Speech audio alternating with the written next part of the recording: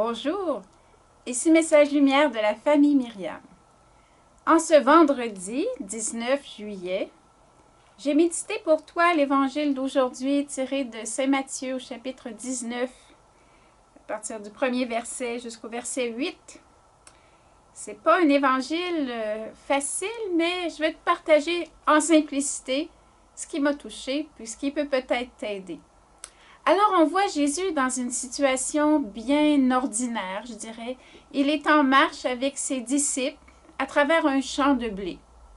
C'est le jour du sabbat. Ça faisait peut-être un petit bout de temps qu'il marchait. Ses disciples ont faim et probablement que Jésus leur a dit, vous pouvez manger des épis. D'ailleurs, c'était écrit, j'ai découvert ça, c'était écrit dans le livre du Deutéronome. Si tu passes par le champ de blé de ton voisin, tu peux cueillir des épis avec la main, mais tu ne devras pas prendre la faucille pour le blé de ton prochain.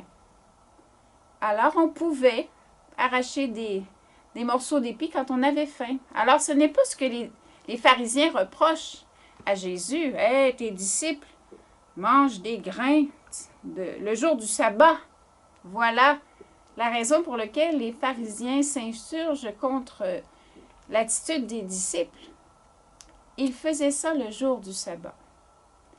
Jésus va leur répondre qu'il est le maître du sabbat. Il veut les faire aller plus loin dans la compréhension de la loi. Il va leur expliquer, il va leur donner des exemples qui est déjà arrivé dans l'histoire. Alors, il va sur leur terrain. David, le roi David, alors qu'il avait faim, est allé avec ses compagnons dans le temple et il a mangé les pains réservés qui étaient consacrés pour l'offrande à Dieu. Ça ne se faisait pas. Mais les prêtres ont accepté, David l'a fait. C'était déjà pas mal un bon argument. Il donne aussi comme argument que pendant le jour du sabbat, les prêtres, dans le temple, travaillent. Ils offrent des sacrifices, ils marchent, parce que vous savez que pendant le sabbat, là, tout était compté, même les pas, il fallait faire aucun travail, compter nos pas, en tout cas, tout était, il fallait même pas faire à manger, il fallait préparer ça la veille. La loi avait tout été décortiqué en toutes sortes de multiples prescriptions qui finalement rendaient la vie pas mal difficile. Jésus, qui est mu par l'Esprit Saint, par la loi de l'Esprit, veut les ouvrir à la liberté des enfants de Dieu. Je ne suis pas venue abolir la loi. Je suis venue l'accomplir. Je suis venue la faire entrer dans sa plénitude, qui est la vie dans l'Esprit Saint. Mais pour toi et pour moi, qu'est-ce que ça peut changer dans nos vies? Bien, je me suis posé la question. Si j'avais un petit peu de pharisien en moi, est-ce que ça ne m'arrive pas de juger des situations, des personnes? « Hey, il n'a pas le droit de faire ça. Hey, c'est pas permis. Comment ça se fait qu'il magasine le dimanche? Comment ça se fait qu'il tombe sa pelouse? » Ou on peut avoir toutes sortes de réactions devant des choses qui nous surprennent, qui ne devraient pas se faire. Mais Jésus a dit, ne jugez pas et vous ne serez pas jugés. Parce qu'on ne sait pas l'intention. Quand c'est par un motif de charité, un besoin essentiel, avoir faim, les disciples avaient faim, puis c'est ça qu'il y avait sur leur chemin. Alors, il faut que j'apprenne à devenir bienveillant, miséricordieux, pas prêter d'intention quand je vois quelque chose. Ça ne veut pas dire que je ne peux pas juger des faits, mais je ne peux jamais juger de l'intention de l'autre. L'autre point, si j'étais dans la peau des disciples, j'imagine qu'ils devaient être très heureux. Ils ont dû regarder Jésus du coin de l'œil. Est-ce qu'on peut? Jésus a dû leur faire signe que oui. Votre Père sait ce dont vous avez besoin. Ne vous inquiétez pas. Il va tout vous donner. Alors, ils devaient se sentir libres, comme des enfants de Dieu. Jésus est en train de les éduquer à faire confiance à Dieu par providence. Est-ce que moi, dans mon attitude, j'ai cette confiance que Dieu pourvoit à mes besoins au fur et à mesure?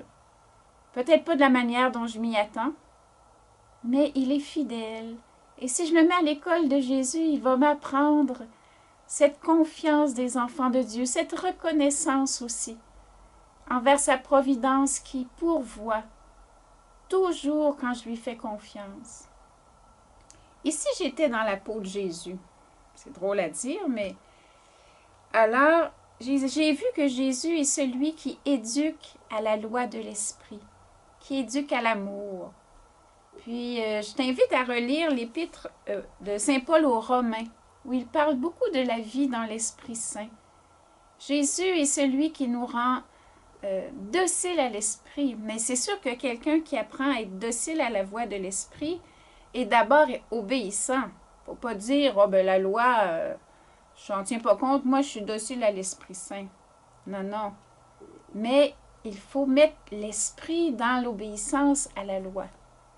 Puis notre fondatrice, elle traduisait ça d'une façon toute simple.